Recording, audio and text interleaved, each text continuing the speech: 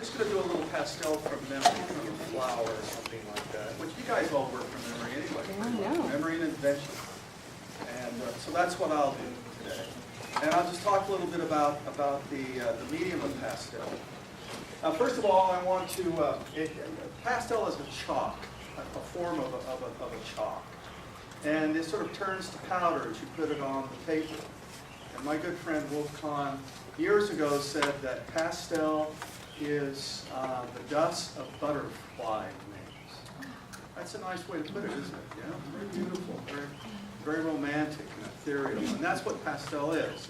It's, when you work with pastel, you'll notice, and I'm not sure, did somebody buy them oil pastels as opposed to powder pastels? Okay. Well, oil pastels are different. Oil pastels actually are like, almost like an oil color in a stick. So it won't turn to powder like mine do. But what I do is I go out to the country 2 or 3 times a week and I draw out there. And I draw from these pastels. I don't know how well you can see them. See the colors? Whoa. Yeah, isn't those nice? Whoa, cool. That's a lot. Yeah. That is a lot. And they're just like, if you think about chalk that you use on a chalkboard, do you guys still have chalk on chalkboards? Okay. That's work very well. Yeah, they don't work very well. Yeah. It's very similar to just the white chalk you use when you use chalk on a blackboard. I didn't know if the blackboards have completely disappeared now or if they're still being replaced. Yeah. But if you guys all, how many people here have drawn with colored chalk on the sidewalk? Oh, great.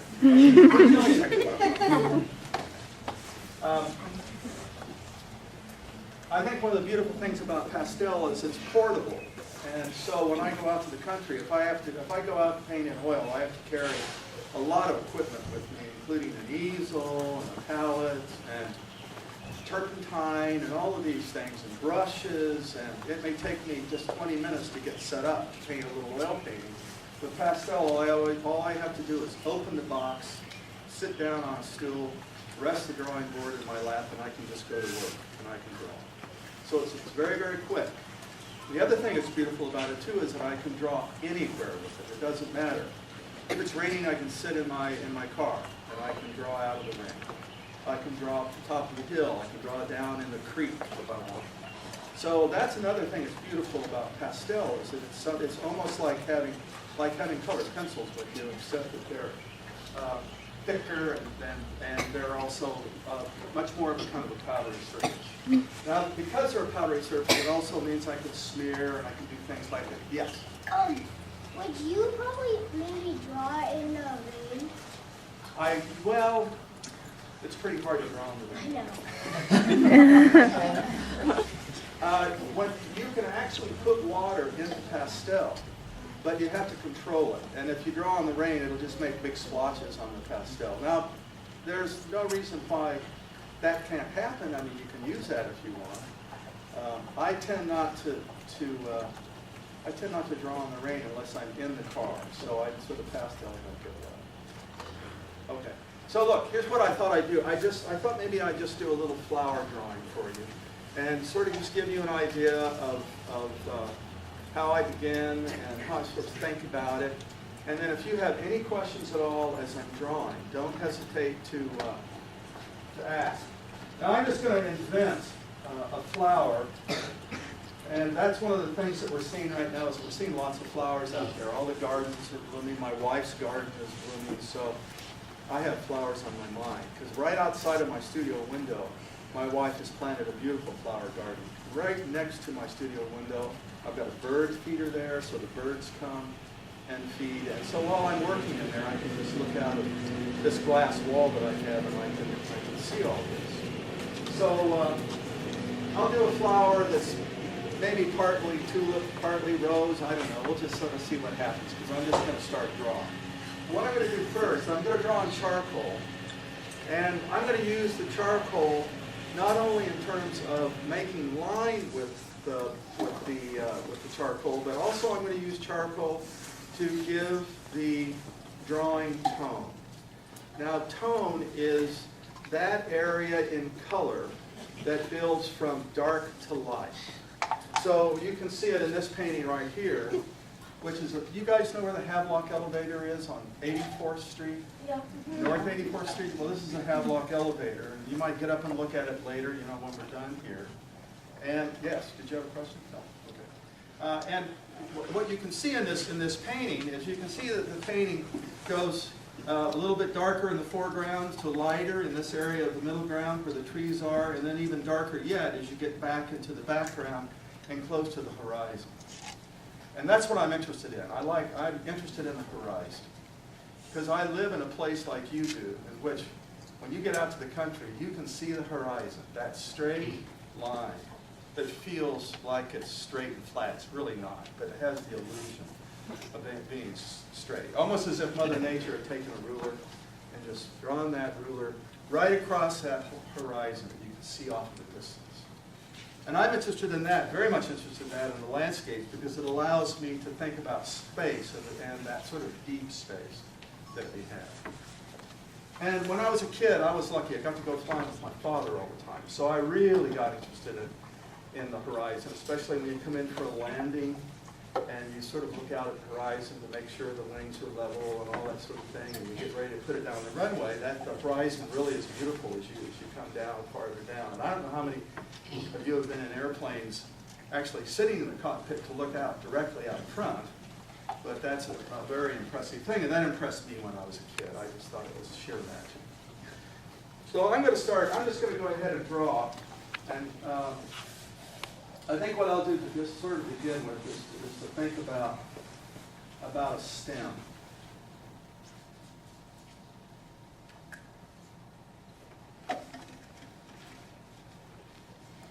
And I'm not going to have that stem straight up and down. I'm going to have it sort of curved like you see in a rose stem. And like you see in any stem, as the flowers begin to bloom and have weight. And as they begin to have weight, those stems will bend slightly. So I'll start that stem by just sort of thinking about the graceful quality of that sort of coming up out of the ground and sort of beginning to bend with gravity, you know, as the bud begins to come out and it begins to get a little heavier at the top. And what I'll do is that I'll come in with that, and you know, you can make a stem any color you want. Usually what you see is stems look as though they're brown or they're green, but you can make it any color you want. There are no rules that say it has to be green, but I'm going to go ahead and I'm going to put some green down here. Now, as you can see, as I begin to draw that green on top of the charcoal, it'll go to a darker green. That's kind of magical. Yeah. So the same thing happens when you put, say, a black or a blue against green. You darken that green down. So I'm just going to do that with the charcoal and the pastel. And I can go back over this green as not as much as I want, but pretty close to that anytime I feel like it. And if I want that green to be a little bit lighter, I can come back in with white. And I can make it a little bit whiter with white. Or a little bit lighter. And then I can go back over that with green if I want. Okay, so I've got that stem started. And you can see this paper is rough paper. It's called cold pressed paper, so it has a tooth to it, almost like cement does. And it gives a nice texture to the line as I make the line. And I like that texture. If I want that texture to go away, I can press really hard on the charcoal, and that texture will begin to go away. Yes? When you touch the pastel, does it make your hands all green? There it is. And you wear that proudly. That's the badge of the artist right there, dirty fingers. Moms don't like it very much, but you know, that's okay. So that's a good question. And sometimes I'll use my finger, and I'll do it as the drawing begins to form on. I'll use my finger to come back in maybe and smear a little bit, and maybe soften something up. And I might even smear outside of that line a little bit, which is, and start a little bit of tone out there.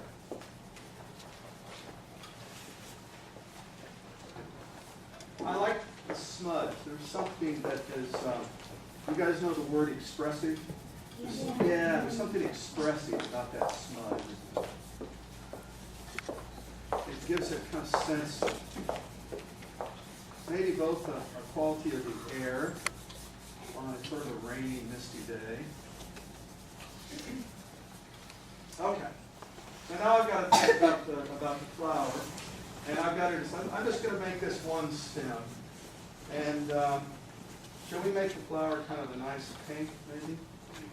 Yeah, there are pink flowers out there. There are yellow flowers out there. Yellow, okay. I'll tell you what. Let's do both. Now, these pastels I'm using right now are called soft pastels. You see, they come in this sort of long, flat-sided stick, and that stick is flat-sided in part, so that you can lay it down like I just did here, and you can lay down color that whole flat side, or you can turn it on its edge, and you can get a really nice sharp line turning it on its edge. Look at that. See? So you can use this pastel in those two different ways, and you can also, as pastel gets sort of nubbed down by rubbing on the paper, then it'll get soft, and it'll get a soft sort of round front side, so that you can use all those different parts of the pastel. So I'm going to think a little bit about the shape of the flower. And I'm going to let this pastel go off both ends of the paper. And what that does for me, which I like, is it allows the drawing to begin to become compositional. And that's a word that artists like to use, which means that sort of the shapes that are happening on the paper. Now in this case, if you think about it, I've divided the paper into two shapes, haven't I? The shapes that are on both sides of the stem of the flower. Those two shapes are as important to me as the stem is, and as interesting to me as the stem is, and as interesting to me as the flower will be.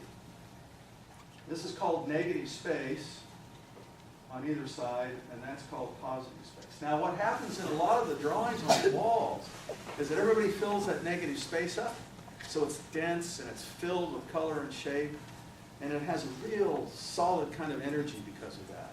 And other people don't always fill the negative space completely up. You know, you make little shapes here, little shapes there, and that sort of gives and if you think about it, if you look at some of those drawings that don't have a lot of negative space, or has negative space and has a lot of those little shapes, it feels like you're looking at music, like the rhythm of music, like that. And some of those shapes that you make are red, and some of them are green, and some of them are blue, and that color changes the tone of the drawing and the tone of the music. So some of the music is way up high, and some of the music gets down lower as you look at those shapes, and you look at those little shapes as you're making those dots and dashes on the paper.